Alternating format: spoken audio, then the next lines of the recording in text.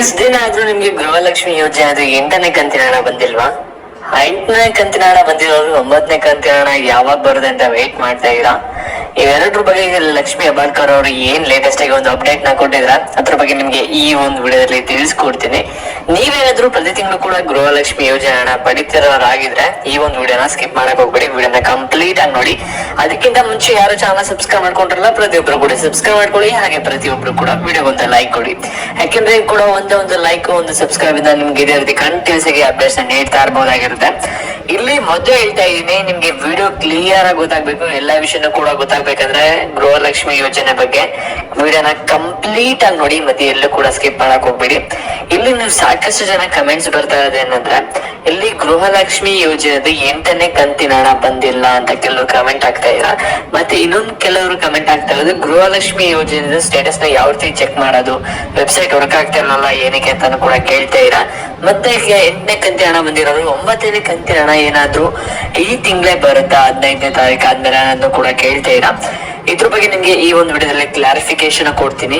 ಮತ್ತೆ ಲಕ್ಷ್ಮಿ ಹೆಬ್ಬಾಳ್ಕರ್ ಅವರು 8ನೇ ಕಂತು ಮತ್ತೆ 9ನೇ ಕಂತಿನ ಹಣದ ಬಗ್ಗೆ ಕೆಲವು ಅಪ್ಡೇಟ್ಸ್ ಗಳನ್ನ ನೀಡಿದ್ರೆ ಅದ್ರ ಬಗ್ಗೆ ನಿಮ್ಗೆ ಈ ಒಂದು ವಿಡಿಯೋದಲ್ಲಿ ತಿಳಿಸ್ಕೊಡ್ತೀನಿ. ಇವಾಗ ವಿಡಿಯೋನ ಯಾರು ಕೂಡ ಯಾವುದೇ ಕಾರಣಕ್ಕೂ ಕೂಡ ಸ್ಕಿಪ್ ಮಾಡಕ್ ಹೋಗ್ಬೇಡಿ.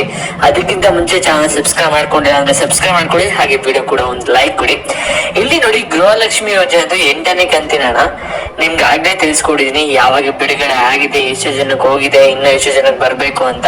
ಮತ್ತೆ ಇಲ್ಲಿ ಸಾಕಷ್ಟು ಜನ ಕೇಳ್ತಾ ಇರೋದು ನಾವು ಗೃಹಲಕ್ಷ್ಮಿ ಯೋಜನೆದು ಸ್ಟೇಟಸ್ ನ ಚೆಕ್ ಮಾಡಕ್ ಆಗ್ತಾ ಇಲ್ಲ, ನಾವು ಸ್ಟೇಟಸ್ ನ ಯಾವ ರೀತಿ ಚೆಕ್ ಮಾಡೋದು ಈಗ ಅಂತ ಹೇಳ್ತಾ ಇರ.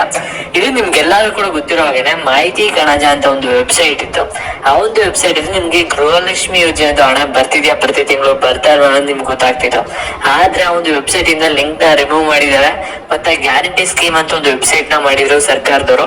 ಆ ಒಂದು ವೆಬ್ಸೈಟ್ ಅಲ್ಲೂ ಕೂಡ ಸರ್ವರ್ ನ ಡೌನ್ ಮಾಡಿ ಅಲ್ಲೂ ಕೂಡ ನೀವು ಸ್ಟೇಟಸ್ ನ ಚೆಕ್ ಮಾಡ್ಕೊಳಕ್ ಆಗ್ತಿಲ್ಲ.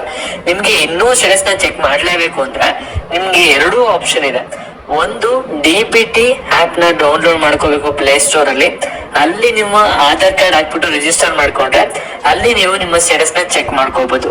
ಇನ್ನೊಂದು ಸೇವಾ ಸಿಂಧು ಕರ್ನಾಟಕ 1 ಗ್ರಾಮ 1 ಅಲ್ಲಿ ಹೋಗಿ ನೀವು ಏನ್ ಮಾಡ್ಬೇಕಾಗುತ್ತೆ ಅಂದ್ರೆ ನಿಮ್ಮ ಸ್ಟೇಟಸ್ ಗಳನ್ನ ಚೆಕ್ ಮಾಡ್ಕೋಬೇಕು. ಅವ್ರ ಹತ್ರ ಸ್ವಲ್ಪ ಲಾಗಿನ್ ಆಕ್ಸೆಸ್ ಇರುತ್ತೆ, ಅಲ್ಲಿ ನೀವು ಚೆಕ್ ಮಾಡ್ಕೋಬಹುದಾಗಿರುತ್ತೆ. ನಿಮ್ಗೆ ಗೃಹಲಕ್ಷ್ಮಿ ಯೋಜನೆ ಹಣ ಯಾವ ರೀತಿ ಬರ್ತಿದೆ, ಏನಾಗಿದೆ. ಇಲ್ಲಿ ಲಕ್ಷ್ಮಿ ಹೆಬ್ಬಾಳ್ಕರ್ ಅವರು ಗೃಹಲಕ್ಷ್ಮಿ ಯೋಜನೆ ಬಗ್ಗೆ ಏನೊಂದು ಅಪ್ಡೇಟ್ಸ್ ಗಳನ್ನ ನೀಡಿದ್ದಾರೆ ಅಂತ, ಇಲ್ಲಿ ಗೃಹಲಕ್ಷ್ಮಿ ಯೋಜನೆದು ನಾವು 8ನೇ ಕಂತಿನ ಹಣನ 28ನೇ ತಾರೀಕು ಒಂದು ಬಿಡುಗಡೆ ಮಾಡಿದ್ವಿ. ಆದ್ರೆ ಕೆಲವು ಕಾರಣಾಂತರಗಳಿಂದ 1 ವೀಕ್ ನ ಸ್ಟಾಪ್ ಮಾಡಿದ್ವಿ. ಇವಾಗ 10ನೇ ತಾರೀಕಿಂದ ಮತ್ತೆ ಎಲ್ಲಾರ ಖಾತೆಗೂ ಕೂಡ ಗೃಹಲಕ್ಷ್ಮಿ ಯೋಜನೆ 8ನೇ ಕಂತಿನ ಹಣ ಬರ್ತಿದೆ.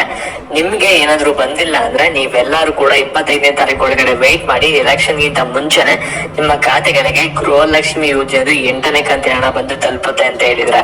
ಮತ್ತೆ 9ನೇ ಕಂತಿನ ಹಣದ ಬಗ್ಗೆ ಏನ್ ಅಪ್ಡೇಟ್ ನ ನೀಡಿದ್ರೆ ಅಂದ್ರೆ ಈ ಒಂದು ಎಲೆಕ್ಷನ್ ಮೊದಲೇ ಹಂತದ ಮುಗಿದ್ಮೇಲೆ ಒಂದು ಡೇಟ್ ನ ಫಿಕ್ಸ್ ಮಾಡಿ 9ನೇ ಕಂತಿನ ಹಣ ಕೂಡ ಒಂದು ಬಿಡುಗಡೆ ಮಾಡ್ತೀವಿ ಅಂತ ಹೇಳಿದ್ರೆ.